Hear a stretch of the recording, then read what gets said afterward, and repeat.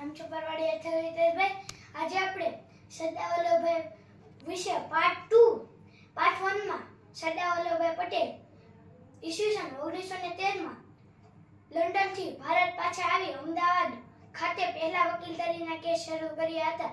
હવે પાર્ટ 2 ઈસવીસન 1915 માં તે ગુજરાત સભાના સભ્યો બન્યા હતા અને ઈસવીસન 1917 માં તે અમદાવાદ નગરપાલિકામાં પ્રમુખ બન્યા હતા. તે જ વર્ષમાં ગુજરાત સભાની મીટિંગ ગોધરા ખાતે થઈ હતી અને ત્યારે તેમની મુલાકાત ગાંધીજી સાથે થઈ હતી. ઈસવીસન 1918 માં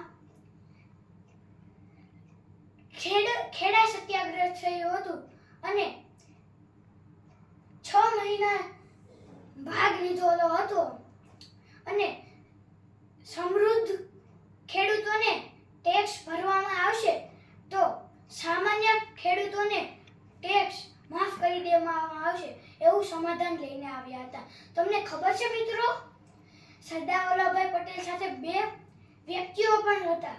પહેલું મોહનલાલ પંડ્યા, બીજું શંકરલાલ પરીખ. તમને ખબર છે મોહનલાલ પંડ્યાનું ગાંધીજીએ બીજું નામ પણ રાખેલું છે. શું છે તમને ખબર છે? ડુંગળી ચોર.